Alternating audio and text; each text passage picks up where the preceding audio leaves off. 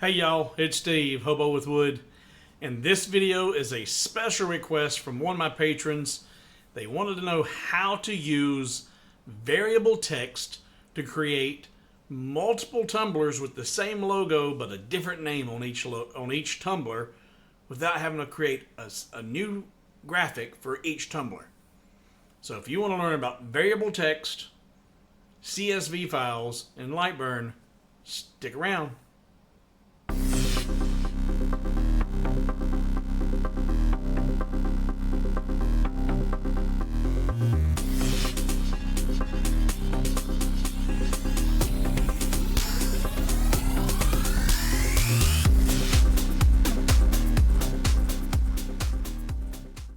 So as I said, this is a requested video from my patrons, and I'm there for my patrons first and foremost. I'm willing to and more than happy to help anybody that's needing any help in LightBurn and LightBurn files and designs.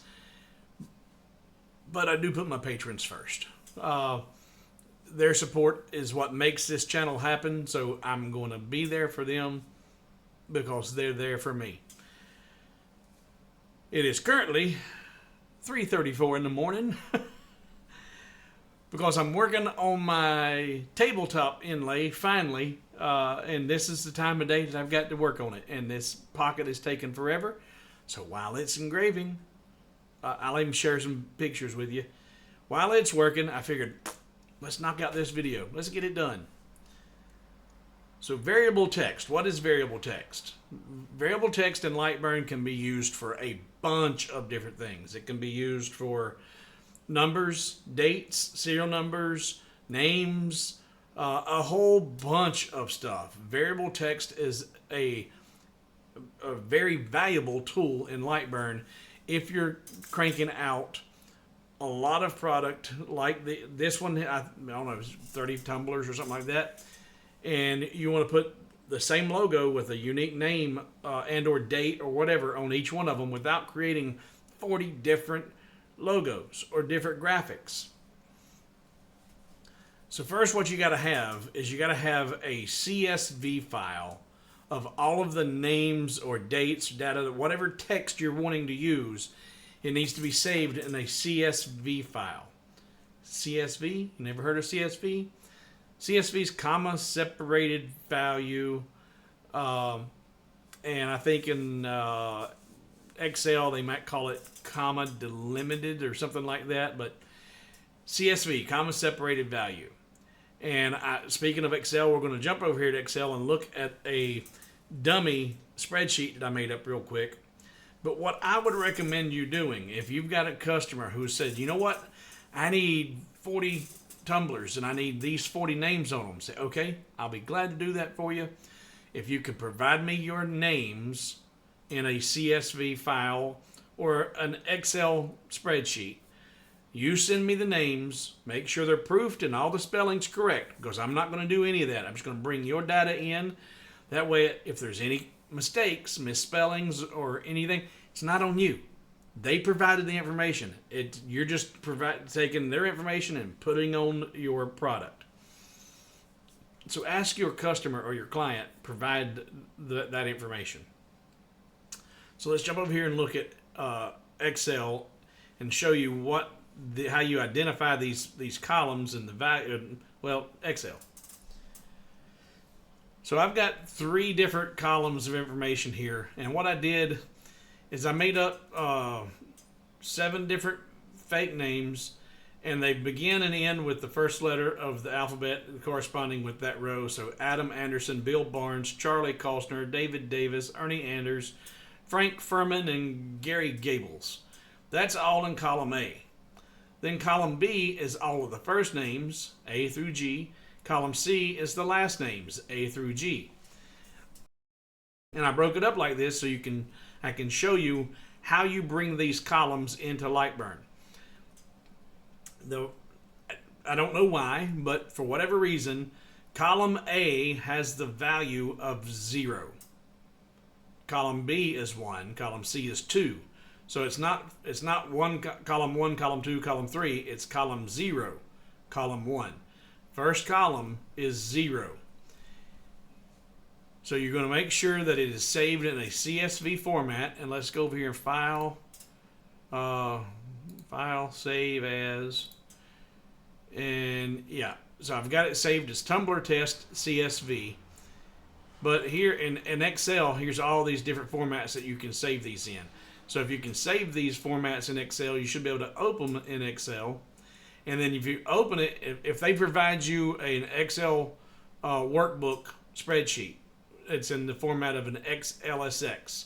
You can open that and then save it as CSV file right here. Yeah, comma delimited. But like I said, I know it as comma separated value. Once you've got your file saved as the CSV file and you know exactly where your destination's at, then you're going to go over to LightBurn. You're going to put in whatever logo you want to put in, and then get your text, get your font tool, your text tool, come down here, and you're going to use the percent sign and the number 0, %0. Then select that and center it up underneath where you want it to be, position it height-wise where you want it to be. And then what you have to do, select your font, your text at %0. Then you're going to come up here to your text alignment tools, and this is your variable text features here. Where it says normal, use your down arrow to come down and select merge CSV files. This is a demonstration specifically about CSV files. But you can do date and time, serial numbers, and I'm not familiar with the cut setting. It's something I'll have to look at. But CSV file, merge CSV. Select that. Then leave your offset at 0. And what that is, as you see it pops up, variable text offset used to increase the serial number for this entry, or in the CSV merge to look up text from a different row of the file. So leave it at 0. You've got %0, merge CSV, offset 0. Now you need to link your CSV file. If you do not have the variable text menu open, if you come over to your window menu, very last one, check that to open your variable text menu. Once you've got that open, come over here to the CSV file. You want to browse and browse for where you have that saved. I've got it saved here, and then tell it to open. Now that should come up here and show you CSV file, and there's the name of the file, your CSV file. It is linked to this graphic. %0 is telling it you want to use, percent's telling it you're using variable text, and 0, as I said, column A is 0, column B is 1, column C is 2. So we're doing %0, so I should get all of the names here. So if I go back over here, if I select my entire image, I've got my merge CSV to offset to 0, current is 0, start at 0, end at 6, because that's, let's see, end at 7. We'll see, because we're going to always 7. No, we're going to end at 6, because it starts at 0, that's the first one, and there were 7 names, so it's going to end at 6. If you want to see what you're going to get here, you can go to preview, and the preview is going to show you Adam Anderson. Or there's a test button right here that'll change it on the screen, Adam Anderson. Then you've got an auto advance feature here. You can tell it to auto advance, turn that on, and then you go over to your laser tab, and if you've got everything set up and ready to go, you hit start, and it's going to run the job.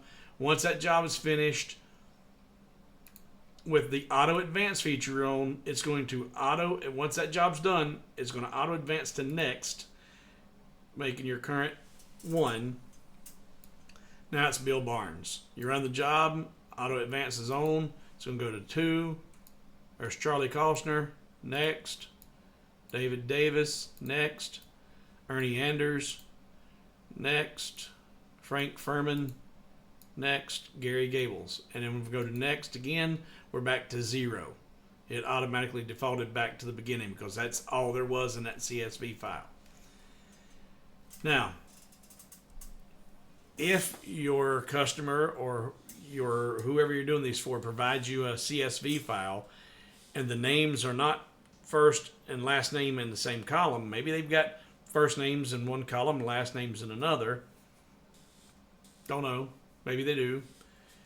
And it looks like this, where I've got Adam Anderson. Well, that's not going to throw you... Well, I didn't show you. If it looks like that, Adam Anderson, Bill Barnes, and B and C. That's not going to throw you for a loop to where it won't work, because you're going to just tell it to pull from both of those columns. So go back to LightBurn here. See, LightBurn, auto. So right now it's got present 0, which is column A. I'm going to get my text tool, come back over here, and I'm going to say %1 space %2. And now when I look at test, there's Adam Anderson. Next, Bill Barnes. So percent and the column that you want to pull that information from.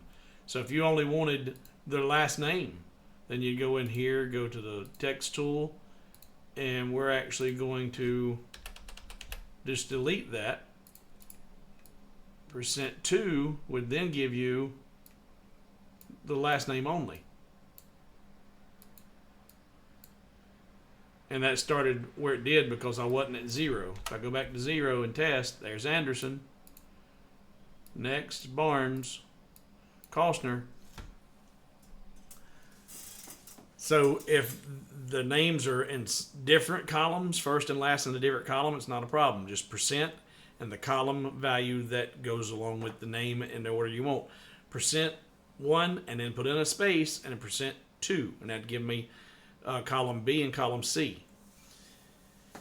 I strongly recommend having your customer provide you that CSV file so that all the names are in there, come to you, and if they ever come back and say, hey, these are misspelled, you can always pull up that comma separated value file they sent you and say, that's what you sent me. I can make you another one, happy to, but this is, that goof wasn't on me. You did it, not me. So this is very, very easy to set up. I didn't have that oriented correctly for the rotary. If you were using the rotary and engraving tumblers, of course you'd have that rotated. It's not a problem. You just rotate it and put your names there, what have you. Very, very easy to use. But it has to be a CSV file. % and the number relating to the value of the column. Column A is 0, column B is 1, column C is 2, and so on and so forth. % and the value of the column. Make sure you change your text type to merge/CSV. Leave your offset at 0. Then make sure you have your variable text menu open. Go and search for your CSV file and open it and attach it to this design. You're going to start at 0 or wherever you want to start from. Maybe you want that you've got 20 names and you only want the last 10. Well, then you'd start at, 11 through 20. Or however that works out. Yeah. So you can pick where it starts, advance by 1, and if you don't want to auto advance, you don't have to. Leave the auto advance off. Just know that, and you can just simply test. Because I'm not running the job, the auto advance isn't working anyway. But if you run the job, whenever it finishes and you come back here, it's going to be at the next one if auto advance is on. But if you don't turn that on and you're at a current position of 0 and you take test, it's going to give you that first A name. Then you'd have to hit next to get the B name, test. Yep, that's what I want, and hit start. Once that job's finished, next, test, Costner, that's what I want. Hit start. Or you can, once you get really familiar with it and you know everything's right, hey, set up that auto advance. All you got to do is put your tumbler on there, hit start. Once it finishes, take that tumbler off, put a new tumbler on there, hit start. You don't have to check it. It's going to auto advance and give you the end result that you're looking for. And if y'all thought I was kidding, check it out. Right there, it's 3:48. Just clicked over 3:48 a.m. And I'm still working on those the pockets. In fact, here is the photos I teased you or talked to you about. So you go to downloads. There we go. Oh no, not downloads. It's on my desktop. Damn, come on, dummy, get with the program. There it is. All right, so go back here and it popped up in the wrong screen. Here we go. So there is the tabletop to begin with. I found my center, and then once I found my center, I set up my Comgrow Z1 because it's the open gantry easy. I had to put some sticks out here for the gantry to support itself. Once I got it on there and got everything squared up, I sent it to work making the pocket for my inlays. And you can see there I decided to go with the left to right, find your true north. And that is, I'm still unsure about the actual wood type. I don't know if it's poplar, I don't know if it's oak or maple. After starting this engraving, I'm halfway thinking it might be maple because the smoke coming off of it from the laser smells like buttery popcorn, and I've read that maple with aged just right and the sap, you hit a sap pocket in there, and the sap in that maple when it's burning can smell like some sweet popcorn. Because I guess it's the sugary, burn. I don't know, but I've got it started. I've got the pocket going, but this burn takes about 2 hours to burn that entire pocket, and I'm on my second pass with it.